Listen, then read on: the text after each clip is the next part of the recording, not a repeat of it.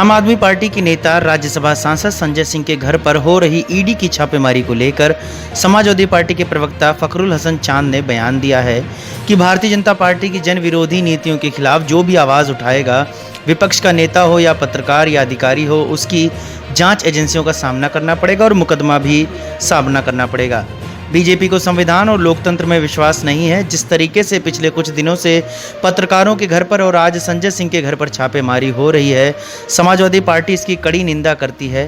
Bharatiya Janata party याद रखेगी कि देश के इतिहास में कांग्रेस की इमरजेंसी के लिए कभी माफ़ नहीं किया है।